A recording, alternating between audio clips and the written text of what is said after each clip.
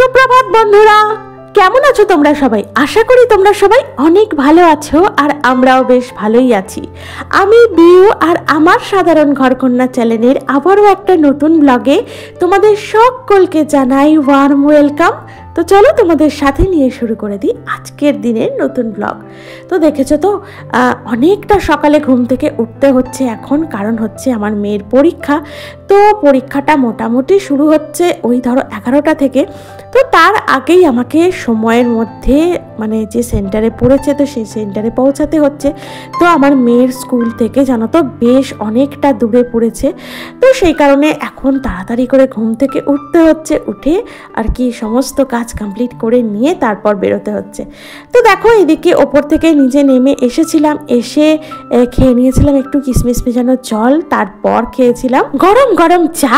আর এই চাটা খাওয়ার পর জানো তো এনার্জি সত্যি বলছি অনেকটা ডাবল হয়ে যায়। তো তারপর কোমর বেঁধে লেগে পড়ি সংসারের সমস্ত কাজ একের পর এক সেরে নিতে। আর এখন কি জানো তো, মেয়েটাকেও না একটু সকালের দিকে ঘুম থেকে ওঠার পর নয় একটু কফি নয় একটু লিকার চা এগুলো দিচ্ছি। কি জানো তো, মানে সকালবেলাতে ঘুম থেকে ওঠার পর না অনেকক্ষণ ধরে এক জায়গায় বসে থাকলে আবার দেখবে একটু কেমন ঝিমুনি ঝিমুনি লাগে। তো পড়াশোনা করছে সকাল থেকে, আর কি জানো তো এই গরম চা বলো বা গরম কফি বলো এটা খাওয়ার পর কিন্তু না ঘুমের রেস্টটা কিন্তু একদম চলে যায়। তো এদিকে দেখো এই ঘরের বিছানাটা গুছিয়ে নিচ্ছি। তো জানো তো এখন মেয়ের যেহেতু পরীক্ষা, সব কাজ তাড়াতাড়ি করে করতে হবে বলে আমি আগের দিন রাত্রে প্রতিজনকে বলে রাখি সবাই কিন্তু কাল সকালে তাড়াতাড়ি ঘুম থেকে উঠবে। আর কি জানো তো এই ঘর মানে বাসি ঘর পড়ে থাকলে না, বাসি বিছানা পড়ে থাকলে আমার মানে সত্যি বলছি কীরকম একটা যেন লাগে, মানে ঘরটার মধ্যেই ঢুকতে ইচ্ছা করে না আমার। যার জন্য ওই ঘরটা মেয়ে যখনই ঘুম থেকে উঠে নিচে নামে, ও যখন যায় ফ্রেশ ট্রেশ হতে, আমি তাড়াতাড়ি করে এখন গুছিয়ে দিচ্ছি। কারণ কি বলতো, ও যদি একবার বসে পড়ে না, ওকে ওই বারবার টেনে নিচে নামিয়ে বিছানাটা পরিষ্কার করতে করতে কি হয় বলো তো, পড়াশোনাটা না অনেক পরিমাণে ডিস্টার্ব হয়। তো সেই কারণে ও যখনই দেখছি মুখ ধুতে যাচ্ছে বা ফ্রেশ হতে যাচ্ছে তখনই আমি সমস্ত বইপত্র নিচে নামিয়ে তারপর বিছানাটা পরিষ্কার করে দিয়ে ওর জায়গা করে দিয়ে তারপর আমি অন্য কাজে হাত দিচ্ছি। তো কি জানো তো, ওনা পড়তে পড়তে ঘুমিয়ে পড়ে। তো বইগুলো ওই সারা রাত ওর পাশেতেই থাকে। ওকে যতই বলি মন বই ওরকম বিছানায় রাখতে নেই, একটা টেবিলের ওপর রেখে তারপর ঘুমা, ও কিছুতেই শুনবে না, বলবে না আমার বই আমার পাশেই রাখো, ও আমি ঘুম থেকে উঠেই পড়তে বসবো। তো এইরকম বায়না করে জানো। তো দেখো এদিকের ঘরটাও পরিষ্কার করে নিচ্ছি। আর আজকে সকাল থেকে ওকে বলছি জানো তো, কিরে তোর আজকে টেনশন হচ্ছে, আজকে টেনশন হচ্ছে। তো আজকে জানো তো ওর ইংলিশ পরীক্ষা। তো আজকে আমি বারবার জিজ্ঞাসা করছি, কিরে কালকের মতো টেনশন আর হচ্ছে? বলছে না মা আর টেনশন অতটা হচ্ছে না, তবে একটা চিন্তা হচ্ছে যে কেমন প্রশ্নপত্র হবে, মানে সমস্ত কিছু আমি অ্যাটেন্ড করতে পারবো কি না, রাইটিং কমন পাবো কি না। তো এই সমস্ত নিয়েই হচ্ছে ওর এখন টেনশন। বাট কালকে যে একটা অতিরিক্ত চাপ ছিল বা অতিরিক্ত একটা টেনশন ছিল, তো সেটা বলতে পারো ওর অনেকটা কমে গেছে। তো আমি বলছিলাম ওকে যে দেখ, তোকে তো আমি বলছিলামই যে আজকে যেহেতু প্রথম দিন তো ওই জন্য এতটা টেনশন হচ্ছে, দেখবি কাল থেকে সমস্ত কিছু ঠিক হয়ে যাবে। আর ও আমাকে বলছে, মা তুমি বলছিলে না যে সমস্ত কিছু কাল থেকে ঠিক হয়ে যাবে। তো ও স্কুল নিয়ে আমার আর কোনো টেনশন নেই, বা টিচার্সদের নিয়েও আমার আর কোনো টেনশন নেই যে কীরকম মানে কেমন স্কুলে যাব, মানে কেমন ব্যবহার পাবো, তো সেইটা নিয়েই ওর টেনশন হচ্ছিল আর কি। তো এগুলো তো সবারই হয়ে থাকে জানো তো, জীবনের তো এটা প্রথম মানে ধাপের প্রথম পরীক্ষা, মানে প্রথম বড় পরীক্ষা যেটাকে বলে। পরীক্ষা তো দেয়ই বা পরীক্ষা দিয়ে হচ্ছে, তো এটা হচ্ছে মানে অন্য আর কি ধাপ, মানে জীবনে এগিয়ে যাওয়ার একটা প্রথম ধাপ। তো সেই ধাপের ওর জীবনের প্রথম পরীক্ষা ছিল কাল। তো সেই কারণে একটু তো টেনশন হবেই, একটু মানে ভালোই টেনশন হয়। আমরা তো বুঝি, মানে আমরা সবাই প্রত্যেকেই বুঝি। তো প্রথম দিনটা একটু টেনশন হয়। তো যাই হোক, আজকে থেকে আর ওর সেরকম কোনো চাপ নেই, সেরকম কোনো চিন্তা নেই। তো দেখা যাক বাকি পরীক্ষাগুলো কেমন দেয়। তো দেখো এদিকে টিফিনটা করে নিচ্ছি জানো তো, আজকে এই সবজির একটু তরকারি করছি টিফিনে রুটি দিয়ে খাওয়ার জন্য। আর এই দেখো আমি ভাতটা একটু নামিয়ে রেখেছি, মানে ভাতটা আমি বলি না 1 ফুট হয়ে গেলে আমি সাইডে নামিয়ে রাখি, তো নামিয়ে রেখে তরকারিটা বসিয়েছিলাম। তো জানো তো এইভাবে না ভাত করলে একদিকে কি বলতো, গ্যাসটা তো অনেকটা পরিমাণ সঞ্চয় হয়ই, প্লাস তুমি মানে তোমার কাজটাও এগিয়ে যাবে তাড়াতাড়ি, কারণ তুমি তোমার একটা ওভেন মানে গ্যাসটা যেরকম ফুটতে থাকলে একটা মানে ওভেন তোমার নিয়েই থাকে, তো তুমি গ্যাসটা সাইডে করে দিয়ে তুমি ওই ওভেনে একটা কোনো তরকারি বলো বা ডাল বলো, যে কোনো কিছু তুমি মানে সবজি করে নিতে পারবে। আর ততটা সময়ের মধ্যে ভাতটা এদিকে কিন্তু রেডিও হয়ে যাবে। আর এদিকে দেখো জলখাবার খাবার পর যে কটা বাসন পড়েছিল সে কটা বাসন ধুয়ে মেজে পরিষ্কার করে নিলাম।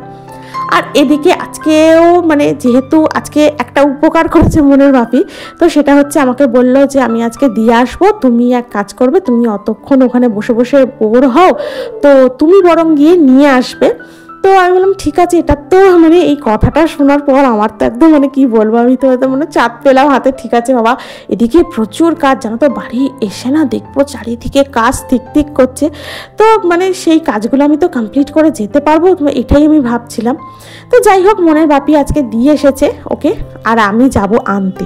আর এদিকে আজকে জানো তো একটা না কাণ্ড হয়েছে, মানে আমি খুব জোর লাকিলি বেঁচে গেছি আজকে। মানে আমাকে এত পায়ে বড় বড় ফোসকা নিয়ে বসে থাকতে হতো, তো মনকে যখন আজকে জল গরম করে দিচ্ছি, মানে খুবই তো তাড়াতাড়ি করছিলাম, তো জল গরমটা আমি ওকে মানে জাস্ট দিতে যাচ্ছি কি এমন সময় না হাতটা আমার মানে এমনভাবে মানে কেঁপে গেছিলো, মানে চলকে গিয়ে না জলটা পুরো পর আমার গায়ের উপরেই পড়েছে।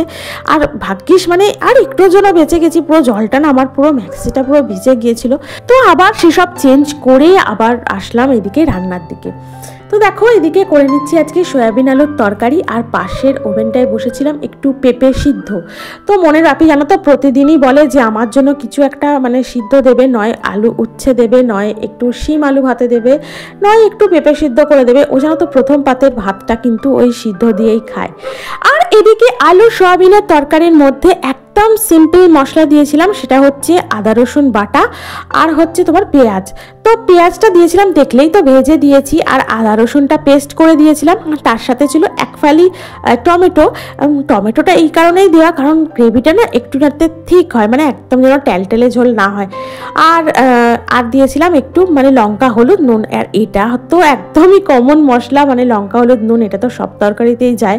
তো একদম আমি চেষ্টা করি না একদম হালকা ফুলকা মশলা দিয়ে রান্না করার, কারণ ওই জিরে ধনে হেনা তেনা সমস্ত কিছু রান্না দিলে না আমার যেন মনে হয় রান্নার টেস্টটাই চলে গেছে, মানে অতিরিক্ত মশলার গন্ধ ছাড়ে। তো সেই কারণে অনেক কম মশলা দিয়ে আমি চেষ্টা করি রান্না করার। হ্যাঁ, আমি একটু পেস্ট করে দিই যাতে গ্রেভিটা ভালো হয়, মানে গ্রেভিটা একটু ঠিক হয়, মানে টমেটোটাকে একটু পেস্ট করে দেওয়ার চেষ্টা করি, আর যাতে কালারটা ভালো হয় আর হচ্ছে তোমার একটু যাতে মানে গ্রেভিটা যেন একটু ঠিক হয়। তো এদিকে দেখো আমার আলু সয়াবিনের তরকারিটা মোটামুটি রেডি হয়ে গেছে। তো এটাকে এবার নামিয়ে নেবো। আর দেখলেই তো আমার পেঁপেটাও সিদ্ধ হয়ে গিয়েছিল, তো ওটাকেও নামিয়ে নিয়েছিলাম। আর আমার গতদিনের ভিডিওতে অরুণিমা সরকার কমেন্ট করেছিল, তো সে বলেছে দিদি তোমার হেয়ারটা খুবই সুন্দর, হেয়ার কেয়ার রুটিনটা শেয়ার করো, তুমি কি হেনা দাও। তো অরুণিমা আমি একটা ভিডিওতে আমার হেয়ার কেয়ার প্রোডাক্ট সমস্ত কিছু বা আমি কিভাবে আমার চুলের যত্ন করি সেগুলো সমস্তটাই শেয়ার করে দেবো। আর তোমাকে অসংখ্য ধন্যবাদ এমন একটা মিষ্টি কমেন্ট করার জন্য। আর MMD ফ্যামিলি ভ্লগস থেকে তুমি বলেছো খুব ভালো লাগলো দিদি, তো থ্যাংক ইউ সো মাচ। আর দীপালি দি বলে এক আইডি থেকে আমাকে কমেন্ট করেছো, ভালো লাগলো, বন্ধু হলাম, পাশে থেকো। তো অবশ্যই তোমার পাশে আছি, তুমি এভাবে এগিয়ে যাও। তো দেখো এদিকে আমার তরকারিটা নামিয়ে নিয়েছিলাম, আর এদিকে আমার ওই কুলের চাটনিটাও রেডি হয়ে গেছে। তো জানো তো তোমাদের এত সুন্দর সুন্দর কমেন্ট আমি পাই, তো বিশ্বাস করো তোমাদের একটা লাইক একটা কমেন্ট আমাকে ভিডিও করার জন্য না অনেকটা প্রেরণা যোগায়, অনেকটা অনুপ্রেরণা যোগায়। তোমরা জানো না তোমাদের একটা লাইক একটা কমেন্ট আমার মনে কতটা শান্তি নিয়ে আসে। মানে যে কোনো ক্রিয়েটার আমি বলে নয়, একটা ভিডিও করার পর যদি একটা লাইক কমেন্ট পাওয়া যায় তো অবশ্যই তার মনটা অনেক আনন্দ হয়। আর তোমাদের মতো বন্ধু যদি পাশে পাওয়া যায় তাহলে তো আর কথাই নেই। সত্যি বলছি, এখন যা মানে সময় চলছে, এখন মানে সত্যি বন্ধু মানে পাওয়াটাই মুশকিল। কি জানো তো, এখন এই সময়টা চলছে যখন ওকে ও তাকে সবসময় টেনে নিচের দিকে নামাতে চায়। তারা চায় সামনের জনকে নিচের দিকে নামিয়ে সে তার জায়গায় যাবে এবং তার থেকেও উঁচুতে উঠতে। তো ব্যাপারটা হচ্ছে এটাই, জানো তো অনেক দিন আগে মানে আমার ফ্যামিলিতে একজনের কাছ থেকে শুনতাম, মানে সে অনেক বয়োজ্যেষ্ঠ মানুষ, তার কাছ থেকে শুনতাম যে অর্জুন মানে আমাদের যে মহাভারতের অর্জুন আছেন তিনি ভগবদ্গীতা শোনার আগেও যোদ্ধা ছিলেন, আর ভগবদ্গীতা শোনার পরও তিনি যোদ্ধাই ছিলেন। তো তার পরিবর্তনটা তাহলে কোথায় এসেছিল? তার চিন্তা ভাবনায় এসেছিল, তার ধ্যান ধারণায় এসেছিল। তো আমাদেরও জানো তো পরিবর্তনটা নিজেদের মধ্যে এভাবেই আনতে হবে। কি জানো তো, মানে কাউকে দেখে যদি আমরা একটু হাসি বা কাউকে যদি এমন কিছু কথা বলে তার মনোবল বাড়াই, তাকে যদি আমরা সামান্যতম বলি যে আমি তোমার পাশে আছি, বা এত কিছু বলার দরকার নেই। এখন মানুষ সর্বদাই ব্যস্ত, সবাই ব্যস্ত, এখন তুমি ব্যস্ত, আমি ব্যস্ত, মানে আমার আশেপাশের মানুষ সকলে ব্যস্ত। তো যদি কারোর সাথে কারোর মুখোমুখি দেখা হয়ে যায়, তো কিছু কিছু মানুষ এমন করেন কি এত ব্যস্ততা দেখিয়ে পাশ কাটিয়ে চলে যায়, যেন মনে হয় তার থেকে ব্যস্ত মনে হয় আর পৃথিবীতে কেউ নেই। তো তাকে দেখে, মানে সামনের মানুষকে দেখে কথা নাই বা বললাম, হয়তো যদি একটু হেসে দিই, তাহলে আমার সামনে থাকার মানুষটার মনটায় না অনেকটা শান্তি আসে। দেখো, খুশি কিন্তু সবাই হয় যখন সেই ব্যক্তি কারোর কাছে ইম্পর্টেন্স পায়, যখন সে কারোর কাছে রেসপেক্ট পায়, সম্মান পায়, যখন সে অ্যাটেনশন পায়, মানে নো ম্যাটার সে জীবনের কোন স্টেজে দাঁড়িয়ে আছে। মানে কাউকে দেখে আমরা একটু সুন্দর করে যদি একটু হাসি, তার জন্য তো কোনো পয়সা লাগে না, তাই না? মানে কোনো টাকা পয়সা খরচ করতে হয় না। তো কাউকে দেখে যদি আমরা সামান্যতম একটু সুন্দর করে হাসি, কথা নাই বা বললাম, তো সেই মানুষটার জন্য সেদিনকে না পুরো দিনটা খুশির দিন হয়ে যায় বলে আমার মনে হয়। আর এদিকে দেখো, আমার সমস্ত রান্নাবান্না কমপ্লিট, ঘরের মোছামুছি সমস্ত কিছু কমপ্লিট, মানে ছোট রান্নাঘরটাও পরিষ্কার করে দিয়েছি। আর এখন ঘড়িতে তো দেখলে একদম বাজে 12:15।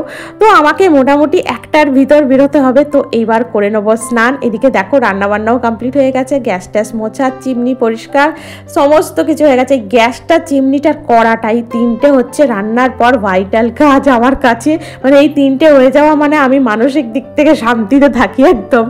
তো দেখো এদিকে স্নানটাও করে নিয়েছিলাম। তারপর মানে আমি বলছি আমার নিজেরও হাসি পাচ্ছে, মানে এই 3টে কাজ সত্যি বলছি আমার কাছে খুব ভাইটাল যেন মনে হয়, মানে একদম, মানে ওটাগুলো হয়ে গেলে যেন মানে আমার বাবা কি শান্তি।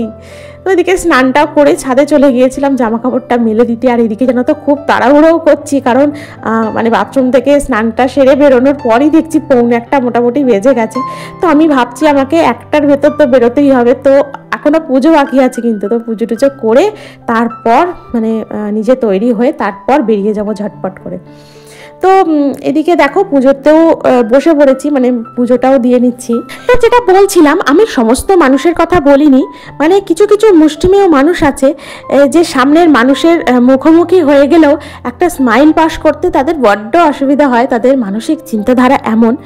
তো যাই হোক, যে যেমনই হোক না কেন, কিন্তু আমাদের নিজেদের চিন্তাধারায় রাখতে হবে, আমরা যেন সকলকে ভালো রাখতে পারি, আমার আশেপাশের মানুষ যেন আমার জন্য কোনোভাবে আর কি ক্ষুণ্ণ না হয়, তাদের মনে যেন আমরা কোনো সময় আঘাত না দিয়ে ফেলি নিজের অজান্তে। তো দেখো এদিকে পুজোটাও সারা হয়ে গিয়েছিল, আর খুব তাড়াতাড়ি করে আজকে পুজো সেরেছি জানো তো। সত্যি বলছি, একদম মানে আমার ভালো লাগে না এত তাড়াতাড়ি করে পুজো সারতে, কিন্তু কি করব, কিছু করার নেই, হাতে সময়টাও অনেকটা কম ছিল।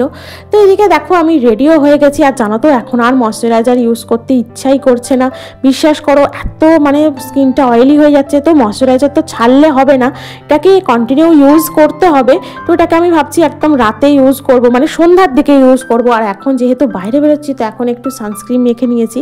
তো এদিকে পরে নিলাম একটু সিঁদুরটা, মানে আর বেশি কিছু করতে যাচ্ছি না, আর একটু লিপ বাম দিয়ে দিয়েছিলাম।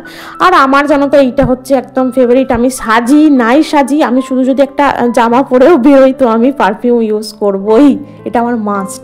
এদিকে দেখো চলে এসেছিলাম স্কুলের ধারে, আর ছুটি হয়ে গেছিলো, একটা একটা করে স্টুডেন্ট বেরোচ্ছে। তো তারপর মেয়েটাকে নিয়ে চলে এসেছি বাড়ি, আর করে নিচ্ছে দেখো লাঞ্চ।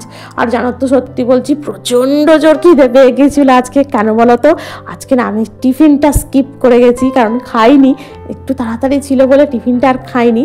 তো এদিকে দেখলে তো মেয়েকে দিয়েছিলাম রুটি, ও আর ভাত খেতে চাইলো না, যেহেতু আজকে আমি টিফিনটা খাইনি, তো সেই কারণে আমার রুটিটা ঠেকে গিয়েছিল। তো মেয়ে বললো আমি রুটিই খাবো সোয়াবিন আলুর তরকারি দিয়ে। তো যাই হোক, ওকে ওই রুটিটাই দিয়েছি, আর আমি খেয়ে নিয়েছিলাম ভাত। আর তোমাদের সাথে এখন দেখা হচ্ছে একদম সন্ধ্যাবেলায়, প্রার্থনার কিছু মুহূর্ত আগে। মানে আমি যে কাজগুলো করি সেটা হচ্ছে একটু সন্ধে দিয়ে নিই, একটু ধূপ জ্বালিয়ে নিই, একটু প্রদীপ জ্বালিয়ে নিই, শঙ্খ বাজিয়ে নিই। কি জানো তো, মানে সন্ধ্যার আগে আমি আরও অনেক কিছু করি, সেগুলো তোমাদের সাথে একটা অন্য ভিডিওতে শেয়ার করব। এই কাজগুলো জানো তো করলে মানে সংসারের মানে ভালো হয়, অনেকটাই ভালো হয়। তো এই নিয়ে তোমাদের সাথে আরও একটা অন্য ভিডিওতে শেয়ার করব, মানে অন্য একটা ভিডিওতে তোমাদের সাথে এগুলো শেয়ার করব। তো দেখো এদিকে প্রার্থনার মানে আগে সময় হয়ে গিয়েছিল, শঙ্খ বাজিয়ে নিলাম, আর এবার বসে যাব প্রার্থনায়। আর জানো তো, যেহেতু আমাদের প্রার্থনাটা একটা নির্দিষ্ট সময় হয়, তো নির্দিষ্ট সময় শুরু না হওয়া পর্যন্ত কিন্তু আমাদের একটু হলেও অপেক্ষা করতে হয়।